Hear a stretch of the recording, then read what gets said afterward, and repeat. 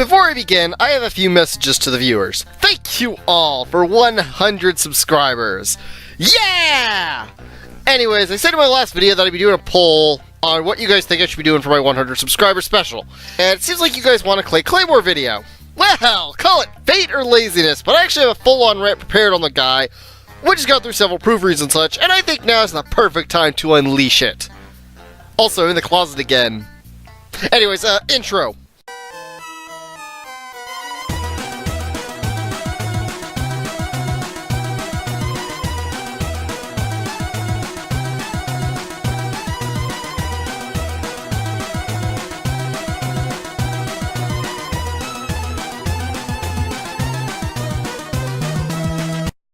So, where to begin with Clay Claymore?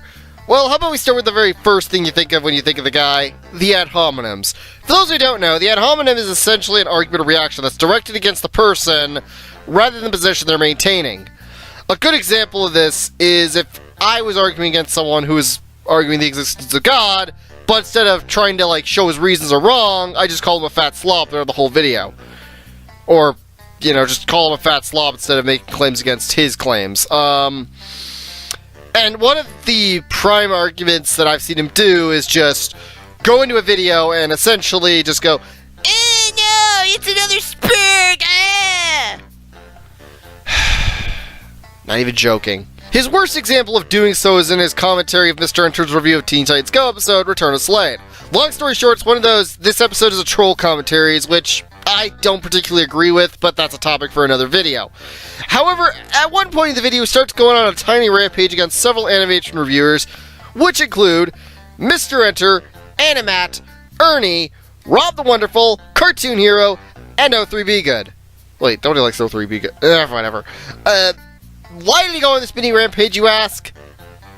I don't know. But I feel like it's because they all complain about Teen Titans Go in one way or another. For the record, I highly doubt that all of these reviews fall into the antisocial basement dwellers generalization that he claims them to be. Especially the case with Rob and Ernie. If you really want to know how far this sort of thing will go, just go on his fucking Twitter page. It's loaded with little tidbits of unrelenting hatred. Hell, I even tried scrolling through it at one point just to kind of see, like, find tweets that I could use for screenshots. Don't do it. It's literally a vacuum of any happiness, and it's just fucking depressing. Don't try it at home, kids. I'm a trained professional. He also seems to love dramas. He can't seem to steer from it. I'll get more into his anti-where's that fair use position later, but I want to talk about more a recent event.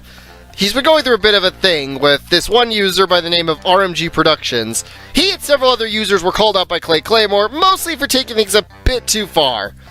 Like, one of them even declared war on Disney because of Star Wars. Granted, this is pretty fucking dumb, but I felt Clay's video on him was kinda pointless.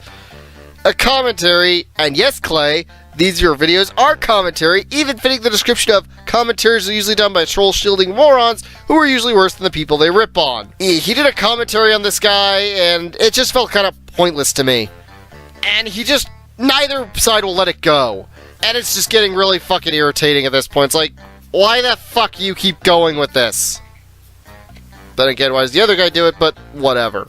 Another thing about him that he doesn't seem to take very well is anyone disproving and criticizing him, always claiming that they're either a basement-dwelling loser, pony fags, or prepubescent losers. And this is where the position against where's the fair use comes into play. He's made a commentary on Doug Walker's video, bringing awareness to where's the fair use. The commentary in question was so bad that several YouTubers such as Megadude TV, the YouTube Dude 101, hell, even I at one point have gone against him and his Where's My Ad Revenue video. How did he react, you ask? Why, by making a shitty-ass Tumblr post that only showcases how fucking far he doesn't understand fair use. Like, I understand that my post on Where's the Fair Use might have problems, sure, and it could be wrong under the scrutiny of a copyright expert. I still remain fully confident that I know more about fair use than you could ever hope to, Clay. Hell, I even remember getting into a debate with him at one point on Twitter, as well as by another user by the name of Theme Park Reviews, which started out with PRT making a tweet saying, "If they use footage, you need to take it down." Now, while I can't think of many different scenarios that fall under fair use that use roller coaster video views, the tweet was vague enough to mean anything outside of their expertise, to which I tweeted, fair use. After that, Clay Claymore and I ended up in a debate about fair use, which slowly devolved into a I'm better than you argument.